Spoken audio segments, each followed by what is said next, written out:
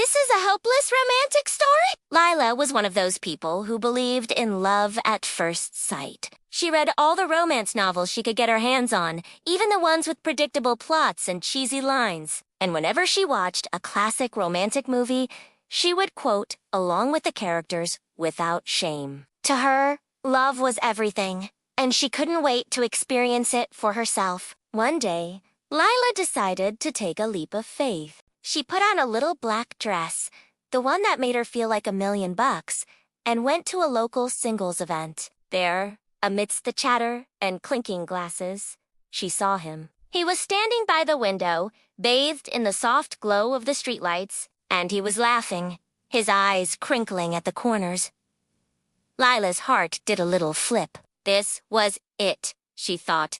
Love at first sight. With newfound confidence, she walked up to him and introduced herself. His name was Noah, and he was as charming in person as he had been from afar. They talked for hours that night about their dreams, their fears, their favorite books and movies. Lila felt a connection with him that she had never experienced before. By the end of the night, they had exchanged numbers, and Lila couldn't wait for their next date. The following weeks were a whirlwind. Noah and Lila went to art galleries, cozy cafes, and moonlit strolls in the park. With every date, their bond deepened. Noah was everything Lila had ever dreamed of in a partner: attentive, funny, and with a heart as big as his smile. He was also a writer, and he would often recite his poetry to her, his words painting pictures in her mind. One evening, as they were picnicking under the stars, Noah turned to Lila with a serious expression. "I've something to ask you," he said, and Lila's heart raced. Was this it?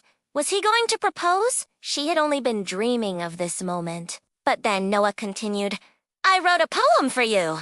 Would you like to hear it?" Lila laughed, her romantic hopes deflating slightly. A proposal would have been nice, but she knew Noah wasn't ready for that yet. Their love was still blossoming, and she wanted to nurture it, to let it grow at its own pace. So Lila became Noah's sounding board, his confidant as he poured his heart out into his writing. She listened patiently as he read his latest piece, his voice trembling with emotion. The poem was beautiful, a testament to their love, but it wasn't what Lila had hoped for. Still, she played along, offering encouraging words and gentle smiles. She didn't want to crush his dreams, not when his happiness meant so much to her. As the months passed, Lila started to feel a growing sense of unease. She loved Noah with all her heart, but she couldn't shake off the feeling that something was missing. They had a deep connection.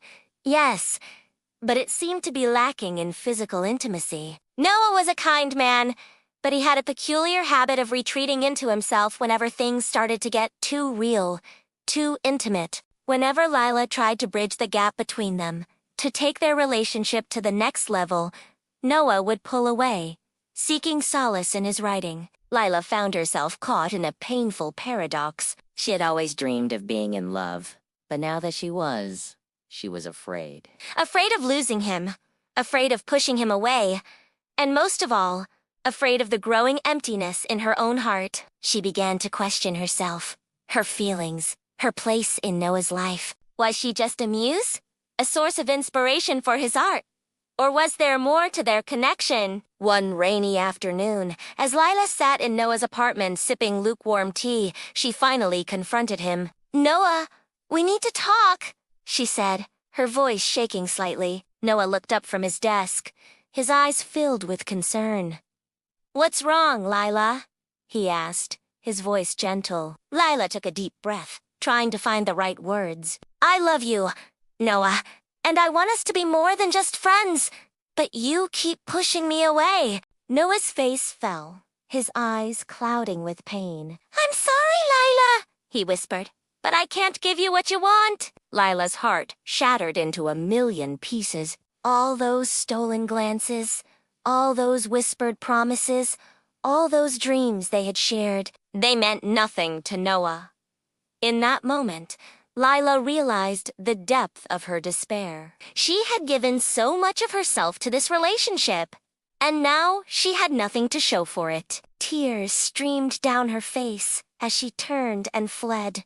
the rain soaking her body, blurring her vision. Outside, the city lights seemed to mock her, their twinkling glow a painful reminder of her loneliness. As days turned into weeks, Lila tried to move on. She threw herself into her work, spending long hours in the studio, letting the paintbrush be her only solace. She poured her heartbreak into her art, each stroke a testament to her pain. Yet, no matter how hard she tried, she couldn't shake off the memory of Noah, the ghost of their love haunting her every waking moment. One day, while wandering through an antique shop, Lila stumbled upon an old, leather-bound journal. Its pages were filled with Noah's neat handwriting, his words spilling secrets onto the paper.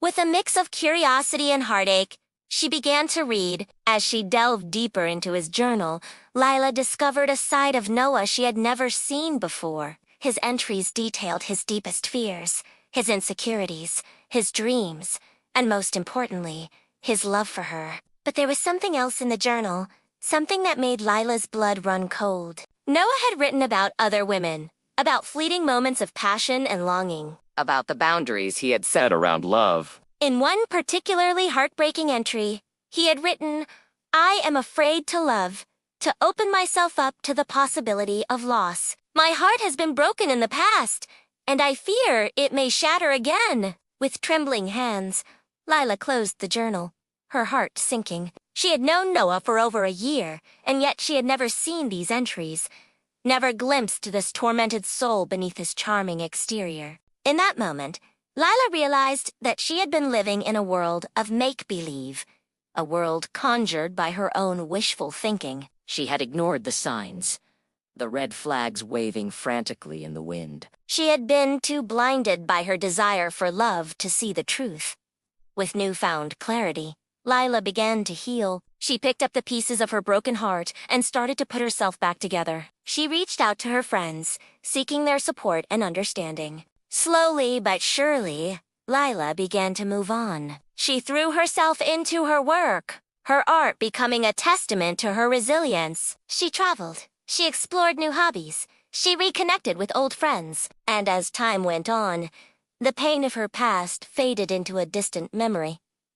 Lila's journey was not an easy one. There were days when the loneliness threatened to consume her, when the memories of Noah were like a dark cloud hanging over her head. But she persevered, driven by a newfound strength, a strength born out of heartbreak. One day, years after her encounter with Noah, Lila found herself in a small, quaint bookstore. As she browsed the shelves, her fingers brushed against a familiar title. It was a collection of poetry, and on the cover, she saw Noah's name. Hesitantly, she picked up the book and opened it. And there, staring back at her, was a poem. It was the poem he had recited to her on their very first date.